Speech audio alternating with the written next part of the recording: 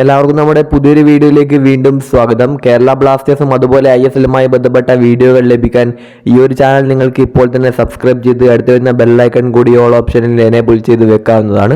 അപ്പോൾ നമുക്ക് വീഡിയോയിലേക്ക് കടക്കാം.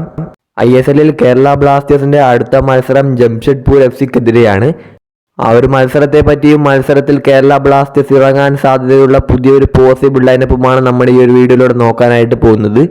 സോ എല്ലാവരും വീഡിയോ ലൈക്ക് ചെയ്ത് സപ്പോർട്ട് ചെയ്യുക. നിലവിൽ ISL പോയിന്റ് ടേബിളിൽ ജംഷഡ്പൂർ FC 19 മത്സരങ്ങളിൽ നിന്ന് 5 വിജയവും 5 സമനിലയും 9 തോൽവിയുമായി 20 പോയിന്റുമായി 8ാം സ്ഥാനത്താണ്.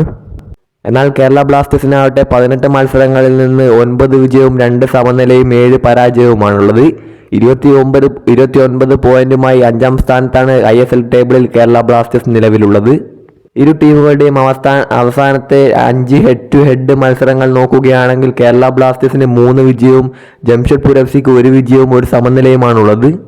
ഈ ഒരു സീസണിൽ തന്നെ ഇരു ടീമുകളും ഏറ്റുമുട്ടിയ കഴിഞ്ഞ മത്സരത്തിൽ 1-0 എന്ന ഗോൾ ലൈനിൽ കേരള ബ്ലാസ്റ്റേഴ്സിനായിരുന്നു വിജയം. ആ ഒരു ഗോൾ നേടിയത് അഡ്രിയാൻ ലൂണയാണ്.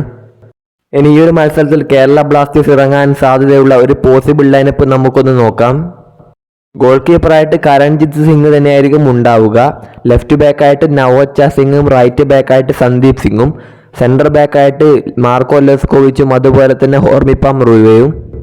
പ്രീതം കോട്ടാലിന് ഈ ഒരു മത്സരത്തിൽ അവസരം ലഭിക്കാൻ സാധ്യത കുറവാണ്. കാരണം കഴിഞ്ഞ ഒരു മത്സരത്തിലെ മോശം പ്രകടനവും അതുമാത്രമല്ല താരത്തിന് ചെറിയ രീതിയിലുള്ള ഇഞ്ചുറിയും ഉണ്ടായിരുന്നു. എന്നാലും അത് മാറിക്കാണും, കാരണം ഇത്രയും ദിവസത്തെ ഒരു ബ്രേക്ക് അല്ലേ.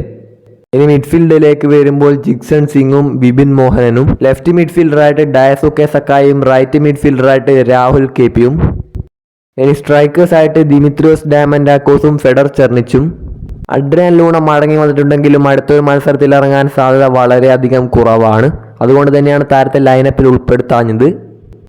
സോ ഇത്രയും കാര്യങ്ങൾ പറഞ്ഞുകൊണ്ട് ഈ ഒരു വീഡിയോ അവസാനിക്കുകയാണ്. മറ്റൊരു വീഡിയോ നമുക്ക് വീണ്ടും കാണാം.